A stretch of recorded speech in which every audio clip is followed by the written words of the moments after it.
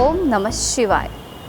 कई तोड़े टुकड़े और तत्कार है इसमें मुद्राएं और घुंघरू की झनकार। देवताओं की प्रार्थना भी है इसमें और है इसमें ग्रंथों का विस्तार।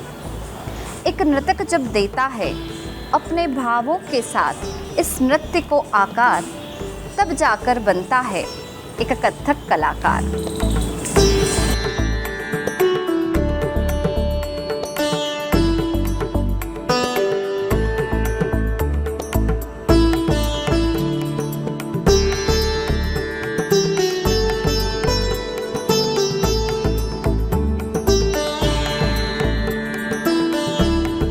प्राचीन भारतीय नृत्यों में अपना अलग स्थान रखने वाला कथक आज किसी परिचय का मोहताज नहीं है।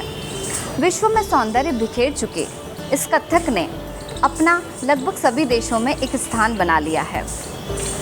एक कथक कलाकार होने के नाते मेरा यह कर्तव्य बनता है कि कथक से जुड़ी सारी जानकारी मैं आप तक पहुंचा सकूं। तो आइए चलते हैं और जानते हैं कुछ जाने अनजाने तथ्यों को।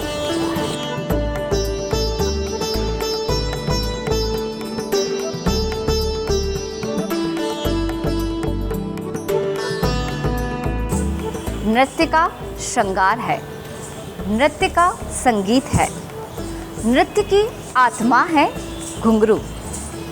कथक नृत्य में घुंघरू नृत्य का मुख्य हिस्सा होता है। इसके बिना कथक करना मानो संगीत के बिना नृत्य करना है।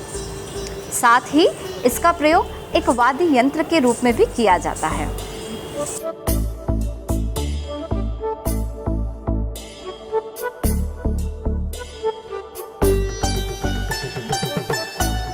कथक नृत्य में जब तत्कार, चाला या चलन, लड़ी या तत्कार के पलटे का काम दिखाया जाता है तो घुंघरू ही उसके प्राण होते हैं। कथक नृत्य के क्षेत्र में जैसे ही नृत्य प्रारंभ होता है, वैसे ही प्रथम पथ संचालन से ही घुंघरुओं का काम भी शुरू हो जाता है।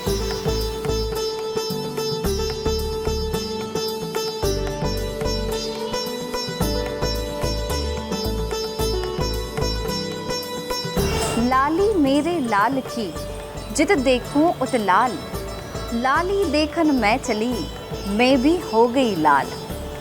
इस लाल रंग का आकर्षण ही इतना है कि कथक में इसकी लालिमा आलते के रूप में देखने को मिलती है।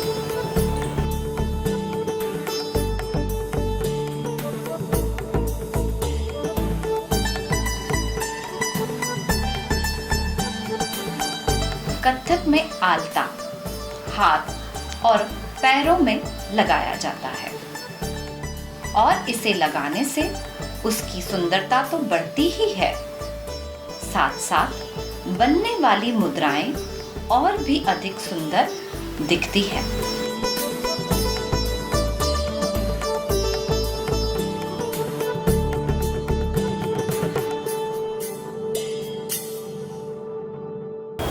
गुण के साथ श्रृंगार भी उतना ही जरूरी है जितना एक गुलदस्ते के लिए फूल।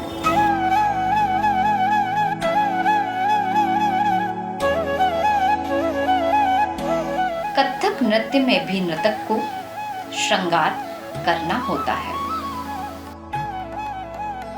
आंखों के काजल से लेकर केश श्रृंगार तक शरीर के हर भाग को जो इस नृत्य में भाव प्रकट करते हैं, श्रृंगार के साथ साथ आभूषण भी रूप श्रृंगार का ही हिस्सा है। यह सभी जब एक नर्तक करता है तो उसके रूप को देख सभी दर्शक मंत्रमुग्ध हो जाते हैं। कथक नृत्य ने भी वेशभूषा से एक अपनी अलग पहचान बनाई है।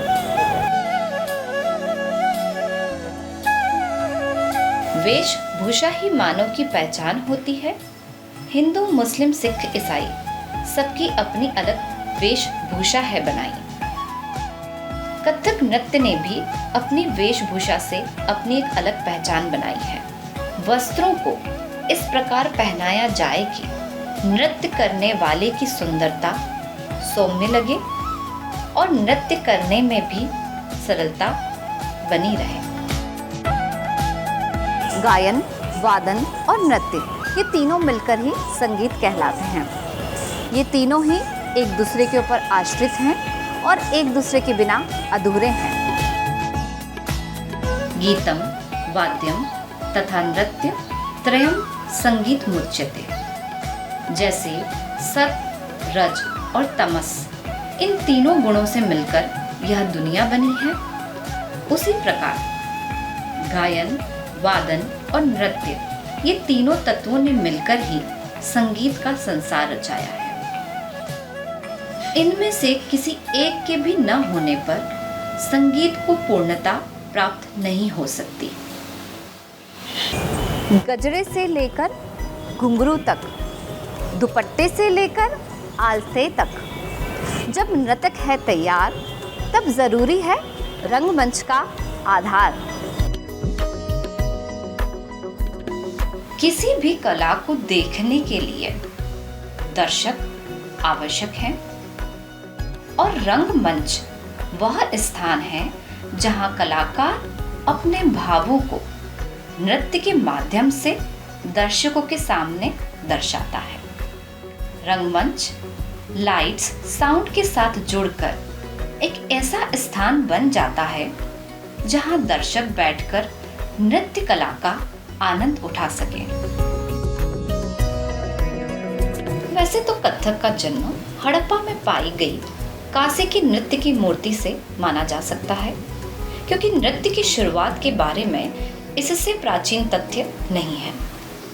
परंतु ऐसा भी कहा जाता है कि वेदों की संख्या 4 नहीं बल्कि 5 है और 5वां वेद नाट्य शास्त्र उत्तर भारत की एक प्रमुख विधा गायन व नृत्य से किसी कथा को प्रस्तुत करने वाला कथकार कहलाता है। दक्षिण भारत के भरतनाट्यम और उड़ीसा के ओडिसी नृत्य की तरह कथक नृत्य भी प्राचीन समय में मंदिरों में किया जाता था। मंदिर में भगवान के सामने प्रांगण के बीच में नर्तक नृत्य करते थे और नर्तक के चारों ओर भक्तगण बैठकर गायन वादन किया करते थे। इन नृत्यों में पौराणिक कथाओं को दर्शाया जाता था। हर सभ्यता संस्कृति पर कुछ न कुछ प्रभाव छोड़ती है। ठीक उसी प्रकार जब मुसलमान भारत आए तो उसके साथ एक नई शैली इंडो पर्शियन कला का जन्म हुआ और जिसका प्रभाव आज कथक नृत्य में देखने को मिल रहा है। किसी चीज़ का ज्ञान प्राप्त कर लेना और उसे समझ लेना अंत नहीं होता, बल्कि अब उसे सभी को बांटना और उसका विस्तार करना एक नई शुरुआत कहलाती है और मेरा यही उद्देश्य है। और मैं अपने इस सालों के ज्ञान को आप तक मेरे इस प्लेटफॉर्म शक्तिपुंज डांस स्टूडियो के माध्यम से पहुंचाने का प्रयास कर रही हूं। तो जुड़े रहिए हमारे साथ। धन्यवाद।